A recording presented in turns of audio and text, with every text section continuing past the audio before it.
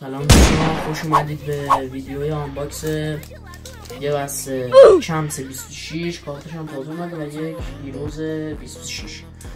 همونجوری که میدونید ما نتونستیم روز آیکونز گیر بیاریم و خب متاسفانه نشد و کارتایی رو قبلا باز کردیم داشت که مثل رونالدو رویال، مسی مستر آف هیستوری، بست مومنت جورج بست، کامیک ها، کلاب بارسا و رونالدینیو، رونالدو، کلاب آرسنال و تحت تقوی کیلان امباپه، ریکاردو کالافیوری. خب میخواستم و امروز اینا هم چند تا کارتی که ما اینجا به دستشون آوردیم که بهترش این دو کلابن.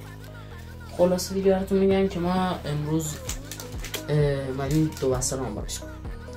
خب ما اینجا دو بسته داریم که ببینید کاملا هم پلومپن.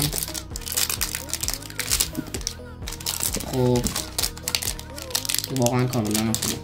طراحیشو ببینید چقدر قشنگه، مثل سال‌ها دیگه رنگ بنفش نیست و پولو مالدینی با لباس سوپرمن، کارتای کامیک که جدید اومده ما چند نوشو گرفتیم اینجا و این هم دیگه مثل پارسال هیروز هم زرد نیست. و بله دوستان ببینید که آنجا که رفاقت جادوی بازی رو میسازد و این کارت هم که جدید اومد ترش رو شده کارت همکاری و ببینید که دیگه زرد نیست بسته هیروز و آبی تر خیلی خوبیه، جذابیتی توش دادن و تنوع. خب اول با پک چمس با میکنیم، یعنی چقدر طراحی قشنگه. قیمت مصرف کننده هم 20,000 تومان.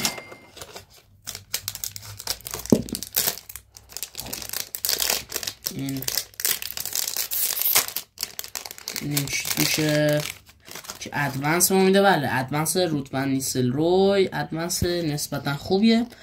تر کارتان بین کدش هم اگه خواستید بزنید، زیاد به کار ما نمیاد. و بله یک ادوانس ها خیلی ترشون قشنگ شده و امسال جوریه که دیگه شما نمیدونید چه کارتی گرفتید، دیگه نمیزنه هافبک چی، همه رو پشتشون رو یه تر میزنه، فقط باشگاهشون فرق. خب برچسب آندرا ترشتگن، مارک آندرا ترشتگن و یه دونه هم بروشور. اینجا هم دارید میبینید طراحی بسته آیکونز که گیر ما نیامد. حالا دروغ شده یکی گیرمون اومد ولی خب اون یکی رو قبل ویدیو باز کردیم. خب بسته بعدی بسته هیروز که آخرین بسته ویدیو هست و دومین بسته با هم بریم داشته باشیم آنباکسش. خب عظمت بعد یکی از پایینتر رو بریم که مشکلی ایجاد نشه. خب ما اینجا بروشور داریم. اوه بنازم یک کارت همکاری ساموئل تو، دیگو میلیتو و بله ما یک توپچی رو میگیریم اینجا.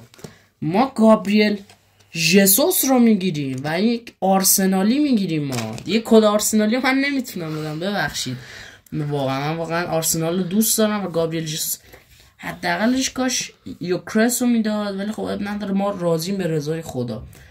برچسب همکاری فیرمینو، سلا و به کارت ایسا که البته ایسا که اومد لیورپول، نه چرا توی نیوکاسل ساختنش. خب دوستان مجموعاً اگه بخوایم بگیم واقعا آنباکس خوبی بود.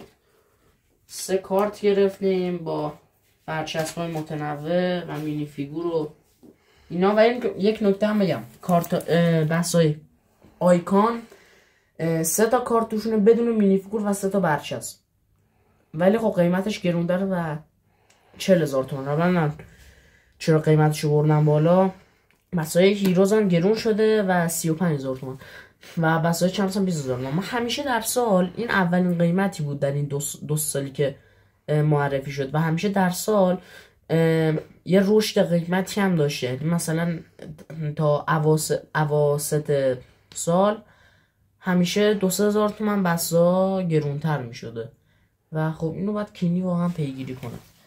خیلی بیشتر از این وقت نمیگیرم، کارتا یه دور دیگه بیایم ما هم چک کنیم. گابریل خصوص یا شسوس، روتمن نیستل روی، کارت همکاری ساموئل تو، دیگو میلیتو مینی فیگور رو برچسب مینی فیگور ژسوس، برچسب کارت مارکان ترشتیگن ایساک و برچسب کارت همکاری مهندسلا و روبرتو فیلمینو. دوستان این ویدیو به پایان میرسه و واقعا ویدیوی خوبی بود. ممنون از شما که ما رو همراهی کردید. تا ویدیوی بعد شما رو خداوند بزرگ بسازه. خداوند یار نگهدار.